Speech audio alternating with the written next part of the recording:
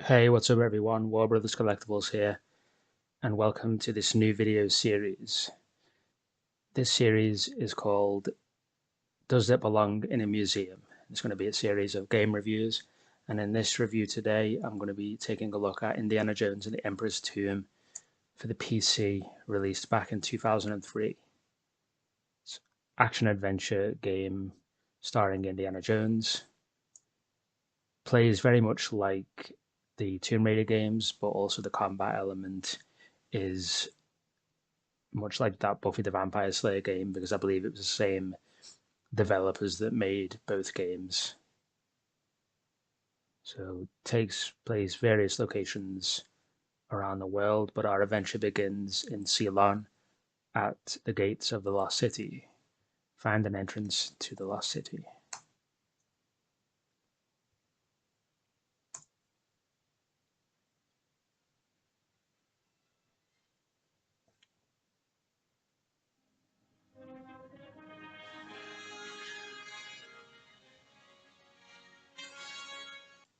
Let's just start the game.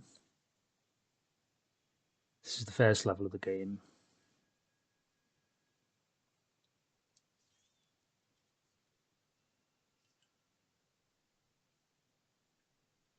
So this is level 1. Basically acts as a tutorial to learn all the basic controls of the game. Basically, this is the game that I believe is the only true game out there. Although I have much excitement and anticipation for Indiana Jones and the Great Circle that's due to be released this year, this has been the only game that you actually, so far, that you actually feel like Indiana Jones. I played a little bit of the Infernal Machine back in the day, and also the Staff of Kings for the Wii, but that was just a terrible experience. This is the definitive Indiana Jones experience, in my opinion. So the mouse controls the camera, so it's a lot more fluid than those Tomb Raider games with the annoying camera angles. Just jump down here. Now, secret number 1 is through this waterfall. And he auto grabs as well, so if you ever jump up to grab a ledge, he will automatically grab hold of it, which is better than pressing the grab button. Let's work our way through the water here. Get the first hidden artifact of the game.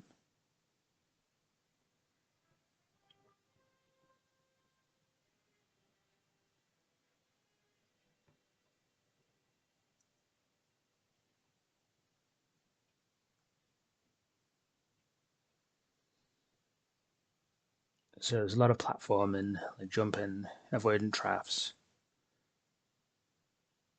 and plenty of room to explore. You follow a pretty linear path. There's no sort of choose the way that you go around the level. It is pretty much set out path for you, just avoiding those obstacles along the way. I think that's a nice feature. The birds interact with your environment when you run into them, they fly away. So the health system is pretty cool. It's basically you've got a watering can, a little canteen that you fill up. So when you've lost some health, you can drink some water, and then you can fill up your canteen at those water fountains spread throughout the game. It's just some basic platforming here. It's the first big jump of the game. You've got to time it right, otherwise you're going over the edge. But he will grab automatically when I jump, so let's see if I can do this.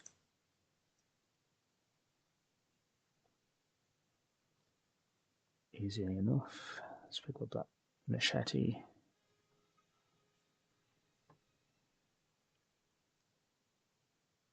The graphics are pretty good for 2003. I think it's a good likeness of Harrison Ford and a good voice as well. I think the voice is a good likeness of Harrison Ford. This game is set 1935, just before Temple of Doom. I believe the ending of this game pretty much goes straight into Temple of Doom. And Wu Han, the character of the opening of Temple of Doom, is actually in this game as well. So one of the coolest things about this game is the whip mechanic. Usually on something like that sticking out of the wall, you just select the width and then swing across.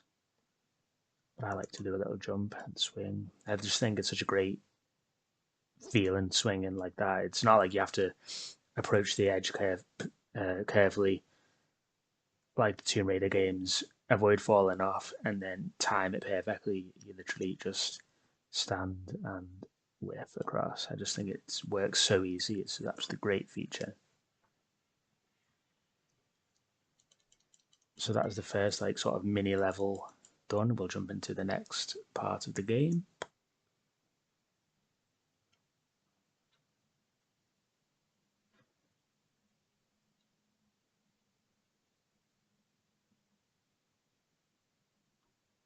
So this is like the sort of second stage of the first section of the game. We're about to encounter the first bad guys here.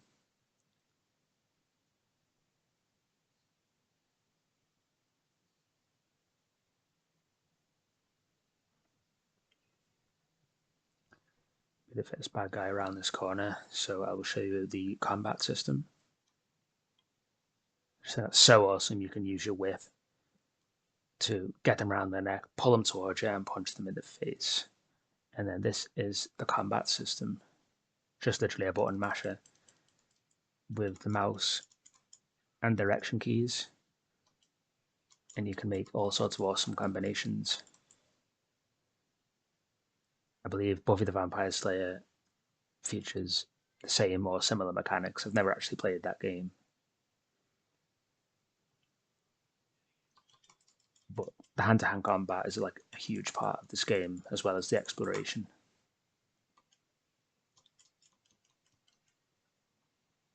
Pretty easy as long as you just keep attacking, and they will go down eventually.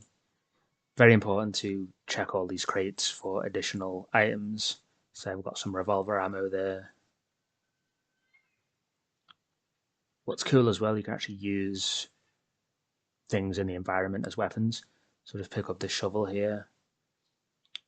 I could go around and draft a crate on those bad guys, but it's much better just to go in and start scrapping.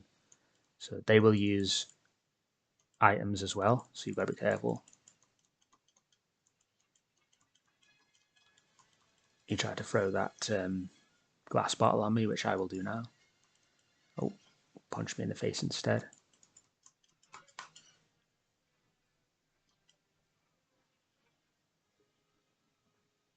Not too bad.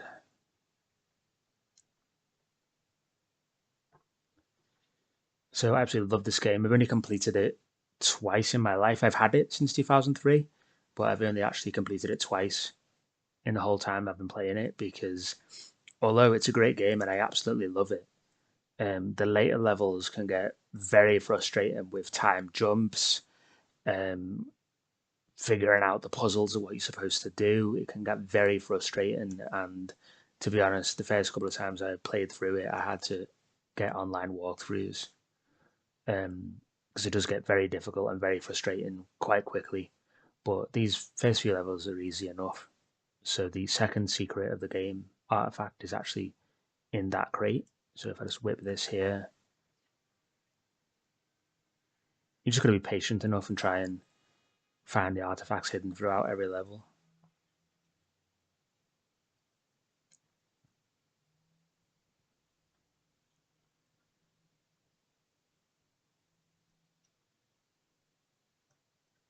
Let's just whip across here.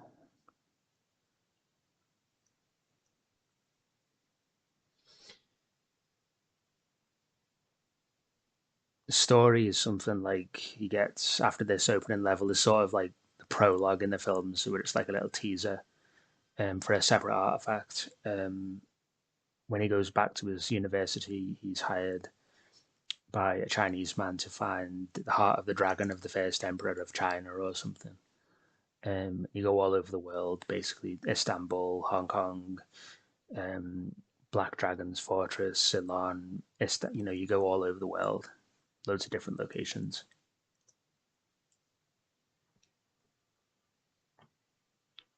So this part of the game, when I very first played it, was actually quite frustrating because it was like, where'd you go at this point? I didn't realize that you actually need to jump on that platform that I'm looking at, because I was like, there's literally no way of getting up there. It's too high. That's a thing with these kind of games, especially the Tomb Raider games, it's to find out where the heck do you go and what to do. Just refill the health here at the water fountain. So you actually need to jump onto this platform here.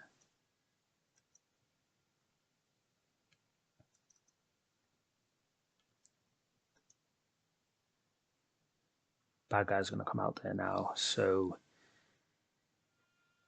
you can either wait for him to go back inside or swing across without being careful to not get shot, but let's try it.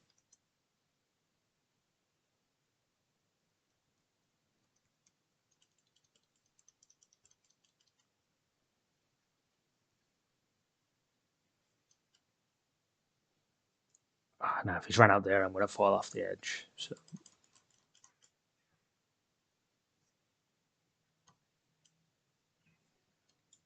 and knock him over the side so he will drown. Or I'm going to fall off the side.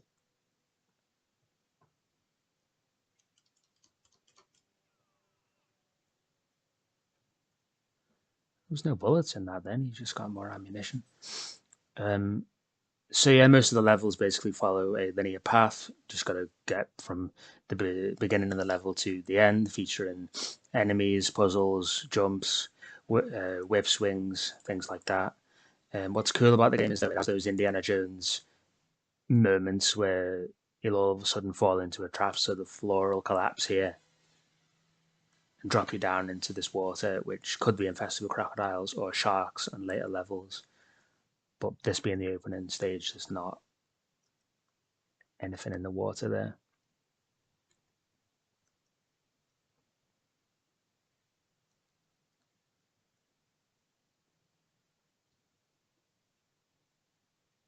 I do love the combat system. I think it works really well.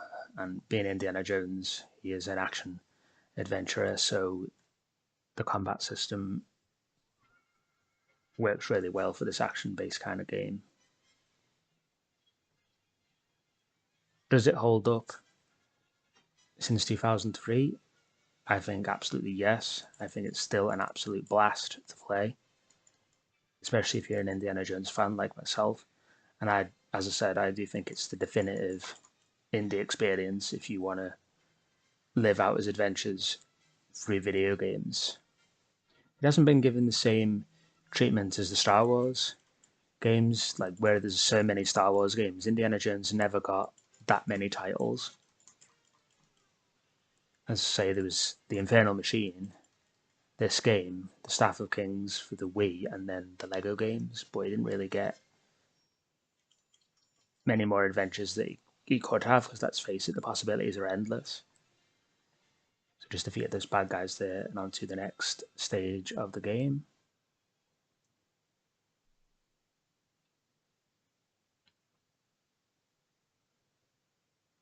I will go back to the main menu, and that's the only thing, you've got to go back to the main menu and load up another level that you want.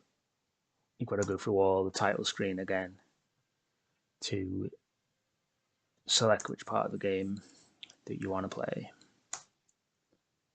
Let's choose another level here. Let's do Istanbul. Oh, you do actually fight a giant kraken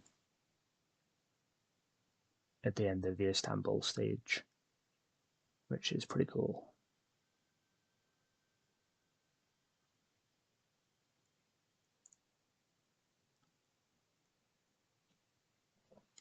Just load up this part of the game.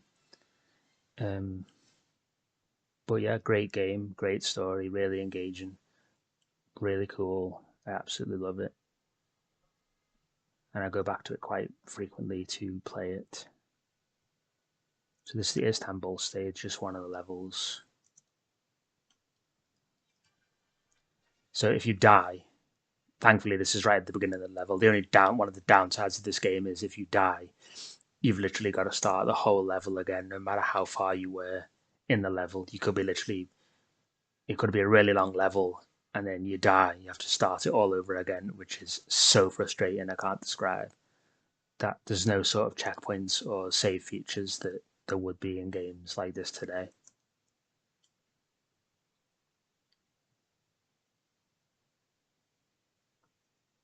It's such frustrating when it happens.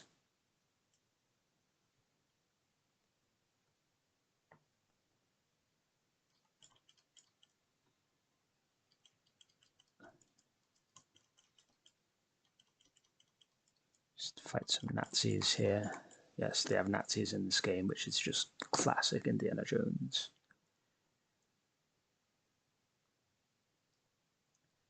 It does feel very Temple of Doom-ish in the style, I suppose, but it obviously also has those tributes to all the films.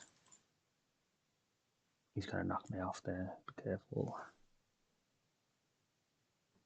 Using the machine gun is another option to the combat. You don't have to fight them all the time and just shoot them, but obviously it's more fun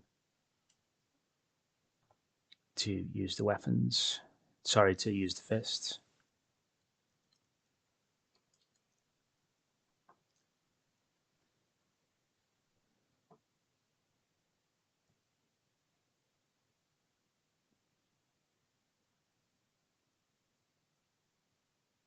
Can get quite repetitive, I suppose, and just bad guys after bad guys fighting them. But as I say, you can also just shoot them. Which he does in the film, to be honest. He doesn't bother fighting them, does he? The swordsman, he just shoots them, which is pretty cool. And no bullets in the revolver.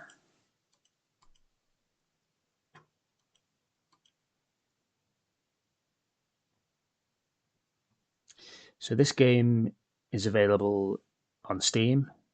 I have actually still own the disc and the old game, but obviously computers these days don't have disk drives. So this game was purchased on Steam for quite an affordable price. So I quickly purchased it a few years back and began playing it, and that's when I completed it for the second time in my life.